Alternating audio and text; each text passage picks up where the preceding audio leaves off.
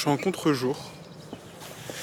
On est actuellement le mercredi 17 mars 2026 et j'aimerais parler d'un sujet. J'avais une discussion très intéressante avec un collègue là, il y a une heure. On parlait de l'habit, on parlait du proverbe l'habit ne fait pas le moine. Et on était d'accord sur le fait que l'habit faisait le moine. Alors je sais qu'on peut entendre tout un tas de conneries sur internet, tout un tas de bêtises, que ce soit d'influenceurs connus ou pas d'ailleurs, hein, TikTok, etc. Plein de personnes, notamment le cas des filles faciles, on peut entendre beaucoup de femmes dire c'est pas parce que je mets une mini-jupe que je suis une fille facile, etc. Pourtant avec mon collègue en question qui est noir, on est d'accord sur le fait que lorsqu'on était bien habillé, par exemple, la police avait beaucoup moins tendance à nous contrôler que lorsqu'on était en gros jogging, avec casquette, avec Jordan 4, ou même en high-tech, enfin, je pense que vous voyez ce style. Et donc du coup, je voulais vraiment faire cette vidéo pour exprimer mon avis vis-à-vis de l'habit, et dire que l'habit fait clairement le moine.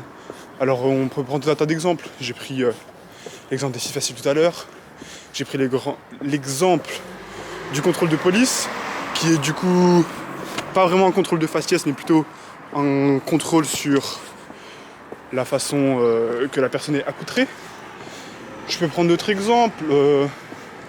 Par exemple, lorsque vous êtes habillé en costume, on vous prend beaucoup plus au sérieux, on vous prend pour un homme du monde, un homme qui a des responsabilités.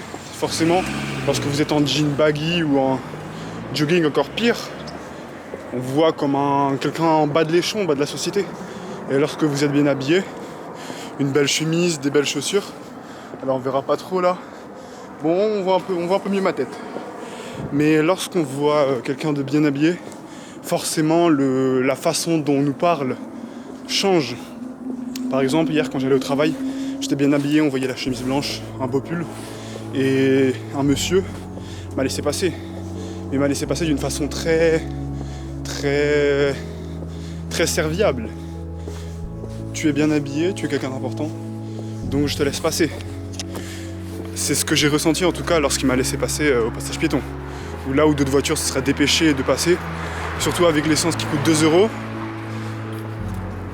Perdre 5 secondes plein de fois dans sa journée pour laisser passer des piétons, ça revient vite à très cher. Hop. Putain, je sais vraiment pas cadrer. Bon, j'arrive après une journée de taf dans un hôtel, une nuit plutôt. J'arrive enfin chez moi, je vais aller dormir. Ça veut dire que l'habit fait le moine, les gars. Les filles, pour ceux qui regardent cette vidéo. L'habit fait clairement le moine, l'habit définit qui tu es. L'habit aussi, très important, donne un indice sur ce que tu penses de toi, comment tu te visualises. Lorsque tu as envie d'être quelqu'un de sérieux, de devenir quelqu'un de sérieux, ou lorsque tu es quelqu'un de sérieux, tu t'habilles bien. Lorsque tu vas faire du sport, regardez, je vais prendre un autre exemple. L'exemple du sport est très intéressant. Lorsque tu vas faire du sport, lorsque tu vas à la salle de muscu, lorsque tu vas courir dehors, tu vas faire un footing, lorsque tu vas faire, je ne sais pas moi, de l'équitation, tu t'habilles en tenue de sport. C'est logique. Lorsque tu vas faire du sport, tu t'habilles en tenue de sport pour être décontracté, pour pouvoir bien bouger dans tes vêtements, pour pouvoir avoir des bons appuis, pour pouvoir correctement exercer ton sport. Alors forcément, lorsque tu vas au travail, dans un cabinet, dans un établissement important, tu vas automatiquement t'habiller de manière classe parce que tu sais qu'il peut y avoir des collègues, des clients et tout un tas de personnes qui vont te voir ce journée et qui doivent te prendre au sérieux.